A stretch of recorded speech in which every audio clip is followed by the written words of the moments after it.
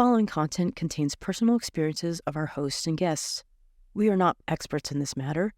We encourage challenging conversations with others and to achieve healing from our childhood. We hope to connect and allow a safe space to have an open discussion. It is not intended as a substitute for the advice of a qualified professional, diagnosis, or treatment. I also want to say we are proud to be Filipino-American too. We're talking about our experiences. Right. Yeah. Sorry, we're not. Yeah, we want to establish this is not just a hey, we're complaining and it's negative. We're talking about our experience. You're right. But we're also proud of our heritage. We're proud. You know what I'm saying? Yes, proud Filipinos, 100%. Okay. Hold on. How do I mute myself?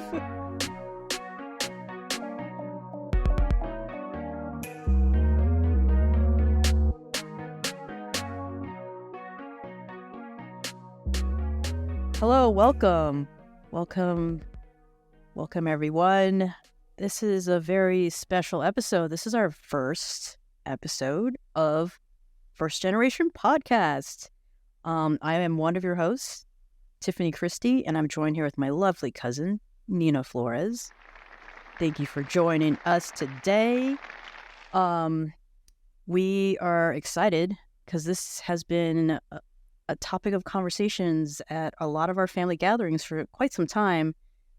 Just didn't have the time to connect and sit down and do it. But here we are, end of 2023, recording it.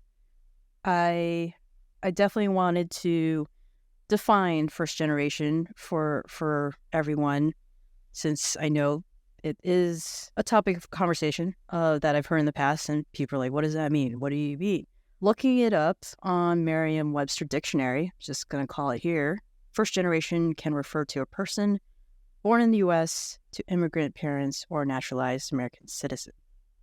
For both of us, we have Filipino parents that have moved to the U.S. And we wanted to share, our journey, our experiences, and upbringing.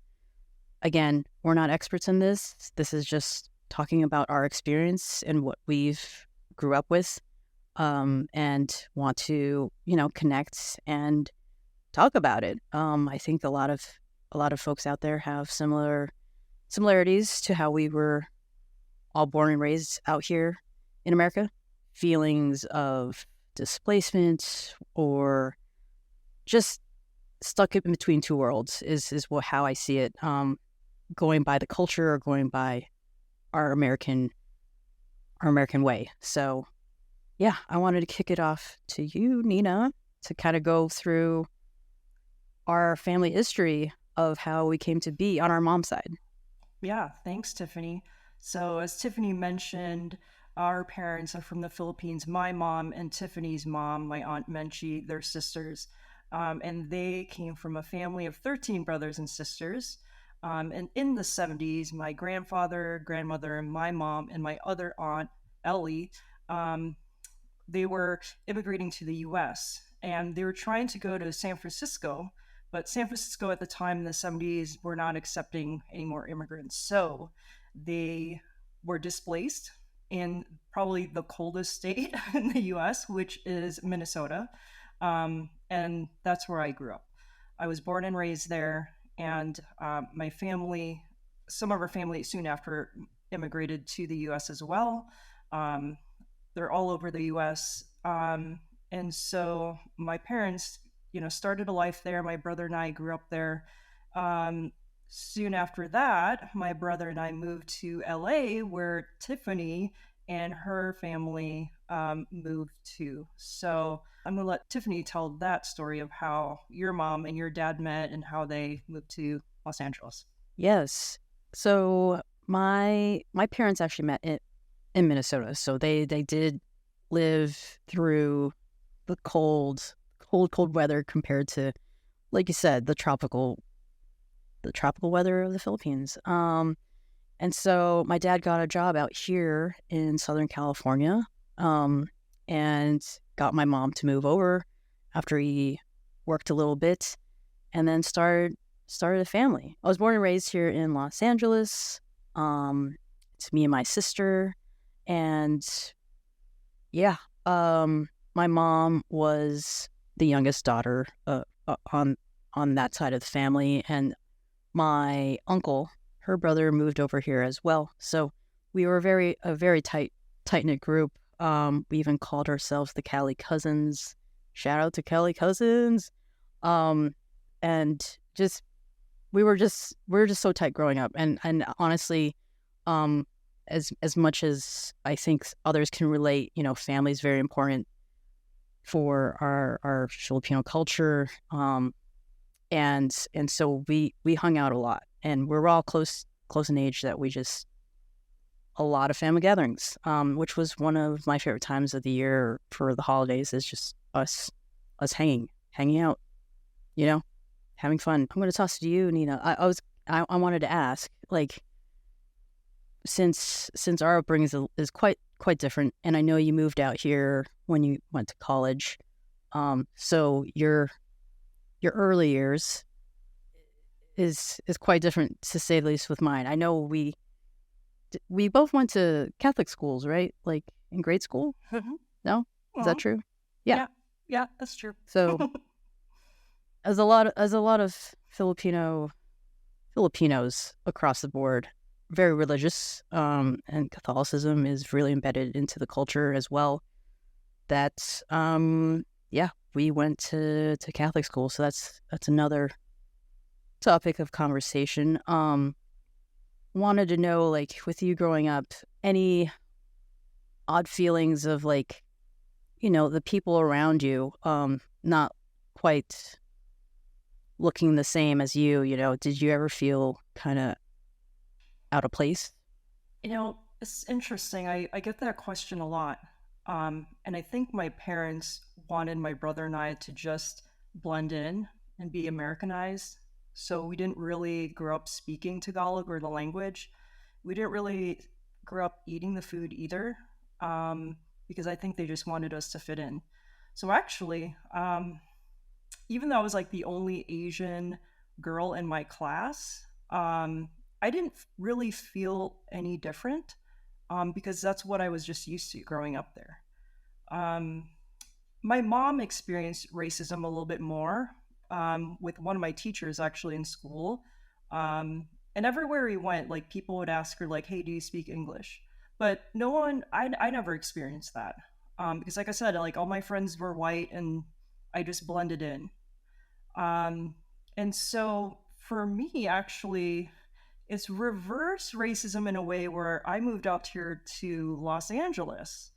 And that's when I experienced the racism, or I guess not racism, but it was just different because I felt like the Filipinos out here did not think that I was Filipino enough. So I was experiencing Uh, that culture shock. But growing up in Minnesota, I did everything that, it's a land of 10,000 lakes. I grew up camping, hiking, um, just a lot of like very Midwest stuff. So when I came out here, people are like, what? Like, that's not cool. And you don't speak the language and you don't know anything about the food. And I didn't. But to me, it wasn't my fault. no, I wait, guess it was just, yeah. you know Tagalog way. No, you and your brother know Tagalog better than I can I. Like, understand it, but I can't speak it. okay, Yeah. same. Okay, well, okay, same. But even then, it was I thought still you were like, you're able not to. Phil. Uh-uh. I think Mark, a little bit better We should at probably that. add him And here next he's time. not really Give. so much a first generation because he was born in the I Philippines, which I know forgot to he was mention born in the before. Philippines. I know. But I mean, he moved here when he's 3, so technically, yeah. So it was an interesting place to grow up, and I think the turning point for me was coming out here, um, for college in a bigger city and just different cultures and being exposed to that. Yeah, so I think it was very different, but I've learned to embrace that. Um, just it's part of who I am, and that made me who I am today. So very proud of it. But yeah, I mean, first generation, and I think we should mention this too, is that like we came up with this podcast knowing that there's other first generation children out there that have experienced what we've experienced. And there's a lot of psychological stress behind that in terms of your parents wanting you to be a certain way, but also being Americanized. It's like that struggle. So we Right. want to talk You're about it. basically split. Mm-hmm. Yeah, you're split Exactly. between You're the kind of two torn. worlds. Yeah. So imagine the psychological stress behind that. Imagine growing up that way and then kind of living your life and carrying that burden with you. And being confused is really, I mean, I was always just very confused. And so this is a safe place for us to talk about it. Again, we're talking about our experiences. We're not experts on this, but it's a place for us to share and talk about it. And it's going to be uncomfortable, but let's talk about it. So I'm really excited. We're going deep. And you know, hitting a lot of the generational basically the generational cycle that's brought on to our parents, and just being mindful of that going forward. Yeah. But yeah, you hit a point very similar to me growing up here in Los Angeles, and mind you, very diverse. So I didn't so to speak feel out of place either, but there is that sense of where do I belong? Which side am I supposed to be? And I know with my parents, they purposely they didn't like make my sister and I like speak Tagalog in the house. They wanted us to learn English first. So we did not, but they still spoke Tagalog to us, but they didn't just like, you know, make us use, like I've heard with other colleagues of mine that they had to speak their family's language at home, but at school it's English. You know, for us it is, they wanted us to assimilate essentially and be as American as possible. But again, they contradict it because like they were like, but you're also Filipino. And I'm like, wait, what? It's like you're telling me the Yeah. opposite thing. So it's growing up. It was very confusing. Thankfully, I did have a handful of Filipinos in my class growing up, and I gravitated towards them and became close friends with them. So I didn't feel alone, and I think we all kind of went through the same things, or we got picked on for similar things. You know, I just remember lunchtime, certain meals. If it is rice and chicken adobo, it's like, ew, what's that smell? You know, or like fish, like fish and rice, or spam and eggs on a sandwich. Like we didn't have normal lunches, and I actually just gravitated towards just having the hot lunch that they provide at the cafeteria because I didn't want to get picked on or called on of like, oh, what's that smell?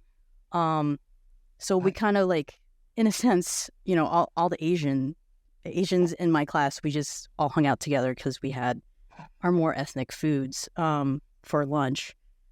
But all I really wanted was to have pizza, you know, or a peanut butter sandwich. And that was rough. That was rough. I mean, you know, I see it now, like with kids, it's a lot different. Kids are eating like seaweed, nori seaweed, or like it's more acceptable. They have kimchi with their rice. Like I'm like, oh, that's so nice that these kids are now open to these things that I did not have that growing up.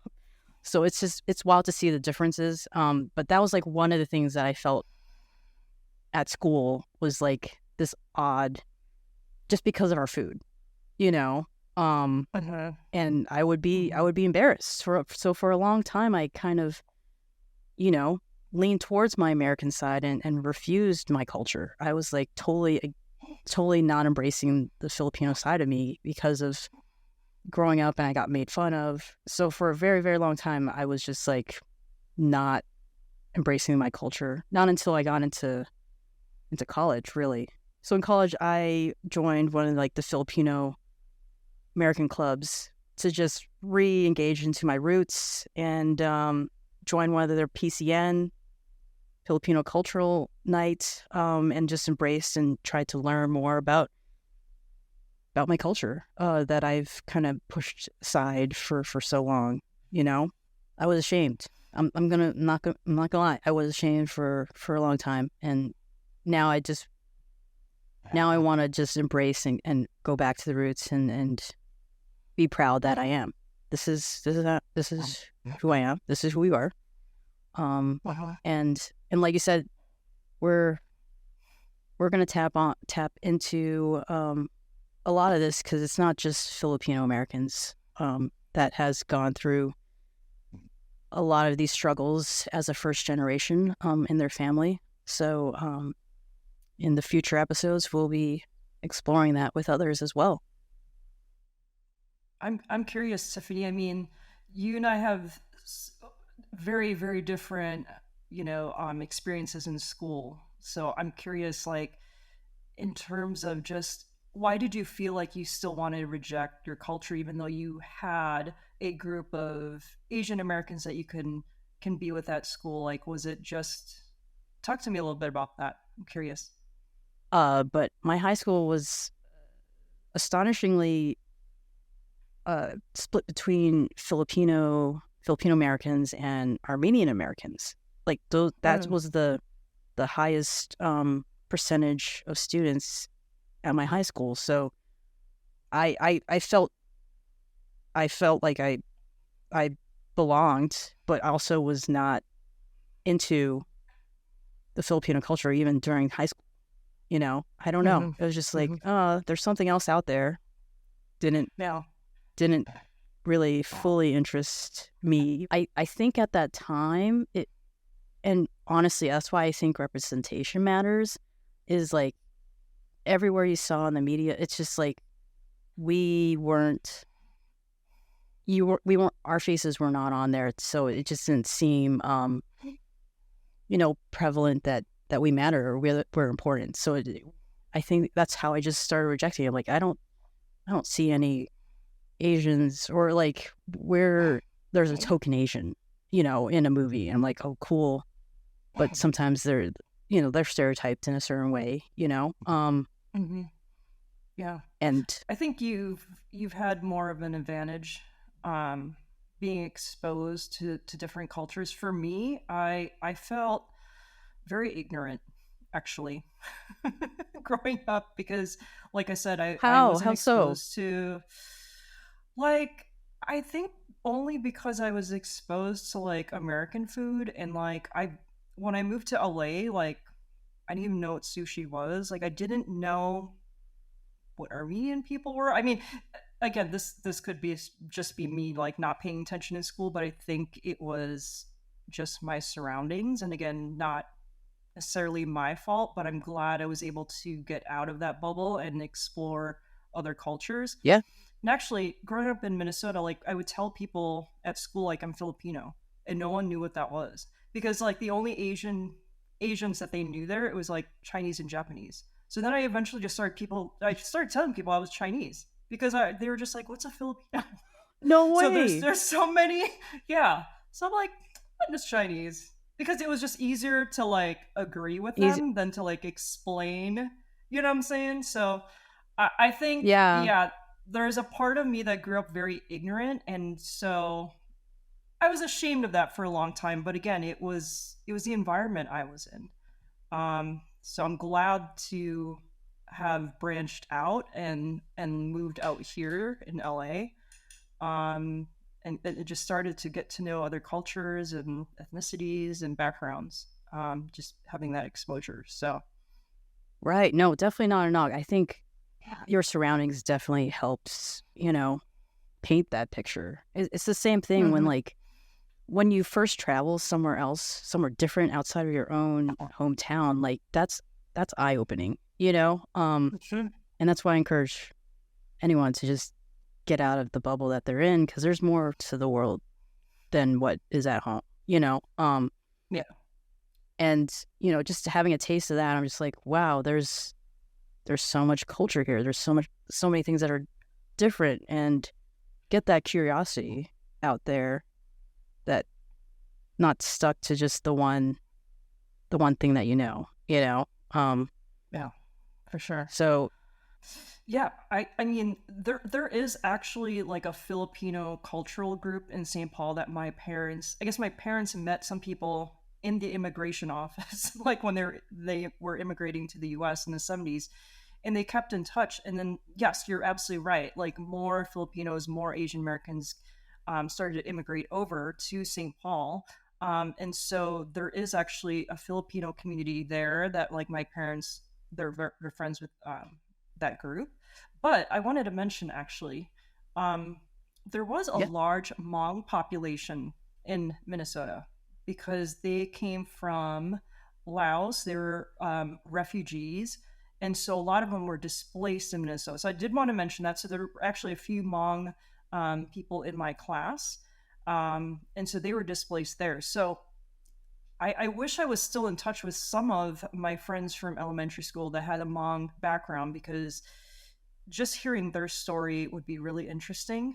And being like in a refugee camp and just being completely displaced, like overnight, it seems, because of the wars that were happening there. So, anyway, I wanted to mention that. But yeah, St. Paul definitely more diverse. Minneapolis, even more so.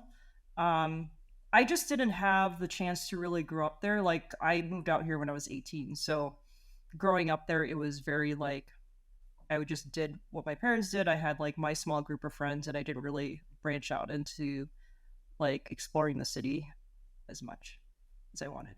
But now when I go back, it's actually such a fun and underrated city. So have more appreciation for my hometown. yeah, I love visiting when we go out there for the family. Just not in like February. Yeah, not in the winter. You Not know, yeah. Like, if it is just for a short period of time, and enjoy a yeah. little bit of cold. But I mean, shout out to the Minnesotan cousins. Shout It's cold. out. It's too cold. Yeah, I it's too cold. it's too cold. Even for me. Can't. I've acclimated. We're meant for the warms. I mean, that's in our DNA.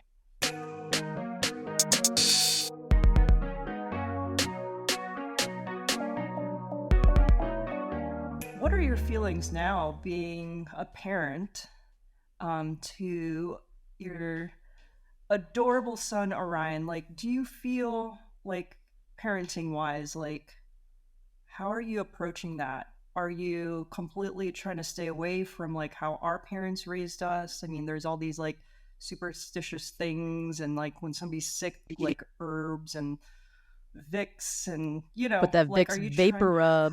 Oh my gosh. Like, I think that was the only Vicks thing my vapor parents rub. like gave me when I was sick. They're like, have some Vicks and here's some like herbal tonics. And I'm like, that's Oh, not. you're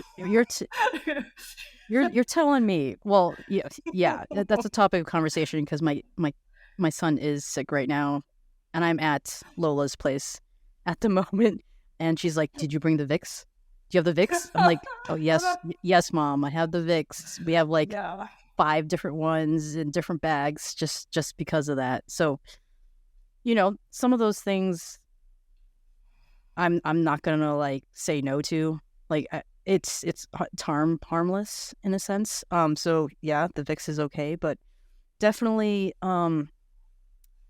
in terms of like emotional safety and just being able to speak your truth and your voice is something I'm definitely embracing with my son, and that's something different than from what I was used to growing up. Because for me, it was just like the silent obedient type. Like you just had to Hmm. be quiet, do your thing, study hard, get good Yep. grades, obey your parents, do what they say, or else you're disrespectful.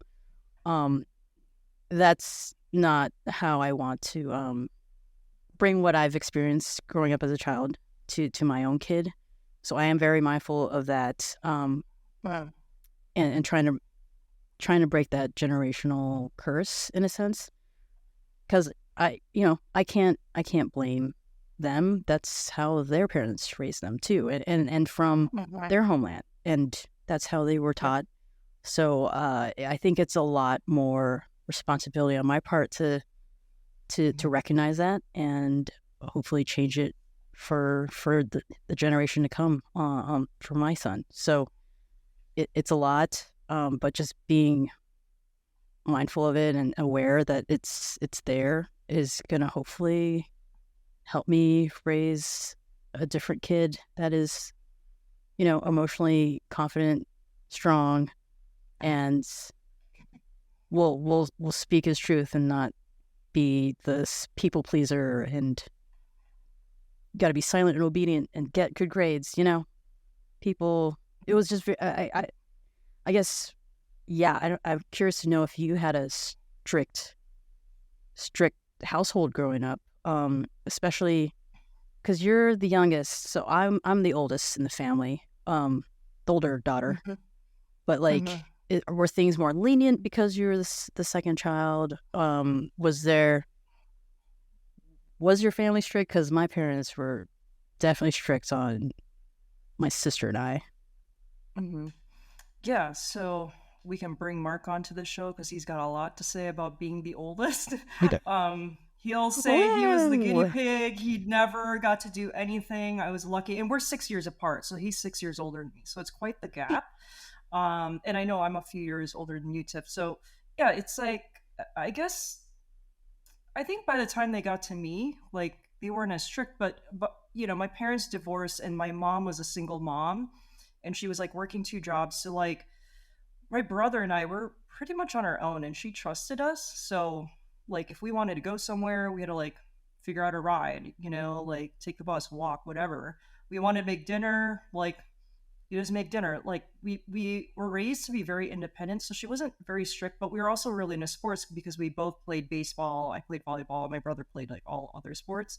So we're just pretty much busy with that. But I mean, absolutely. It was the same upbringing in terms of like, just study, keep to yourself. I tell people now, like, I have a hard time expressing my feelings because I grew up in a household where you don't talk about feelings. Like, if you're upset about something, my Same. mom would be like, "Why are you upset? Just do what you need to do," And there's a part of me Yeah, that, just like, swallow even it. at, yeah, exactly. And there's a part of me where I sort of catch myself being like that at work with people.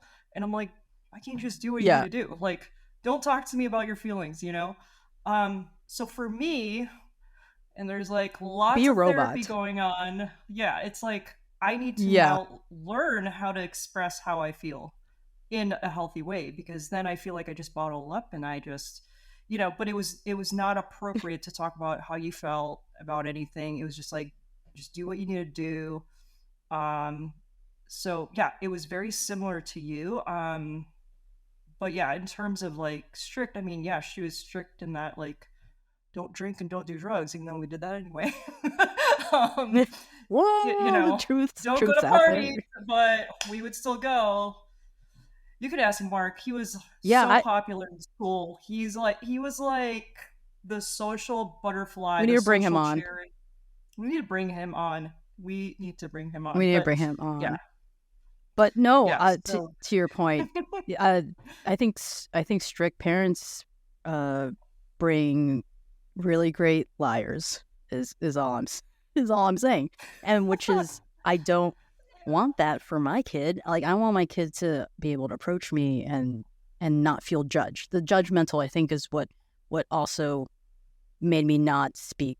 My truth or express myself. I'm like I have to just be quiet, or I don't want to upset them, or I don't want to get in trouble. And so, I know. but there's things I would do still because I wanted to and would have to find a way around that or sneak around that.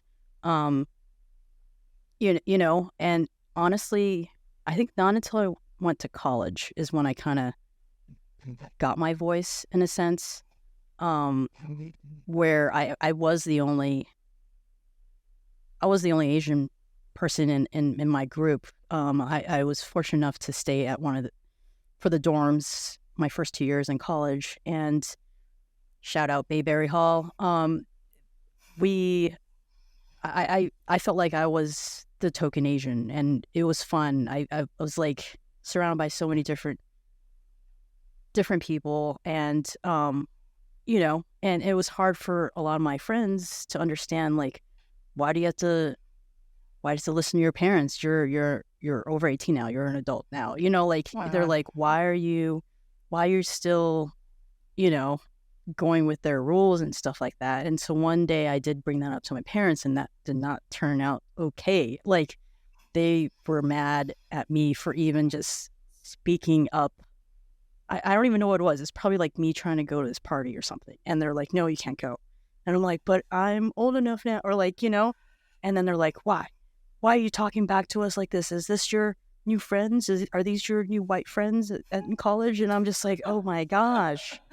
I was like, what? Mm. So that was kind of eye-opening for me in that experience. It kind of just made me question more instead of just being that obedient, I have to do what I'm told. I feel like your parents are more strict than my parents. I feel like my mom's very. I mean, the one thing I do appreciate about our family, yeah, I think our grandfather raised the women in this family to be educated, to like kind of break that the barrier between, well, I guess, like, in the Filipino culture, the male is a dominant one and the female is like submissive. So I think, Grandpa Sims, he wanted to be equal, from what my mom told me, because I never met him. He passed away like a month before I was born, but he always wanted women to have a voice. So I think my mom is a little bit more vocal than your mom about certain things, and she always encouraged me, like, not towards her, of course, like, oh, don't like talk back to her, but like in terms of like, Yeah. hey, you should, like, if you see something that's like wrong, you should be able to speak up and you should do something about it, like that type of thing. um, which I didn't really discover more about myself until I got older. But there's a little bit of that. So I think our our parents are different in that way. Um, And because my mom was just a little bit more. My mom was like a little bit more like exposed to other things than your mom, I think. Because like my dad was very I think so. like completely like a hippie, like musician, like he yeah, they were just very different. Live very different lives from your parents. So, like, your For parents don't for even my drink, mom, or I would say. yeah, or your mom doesn't even Well, drink. you my mom doesn't even drink. My mom No. was like a social party sorority girl growing up. So, yeah. Yeah, no.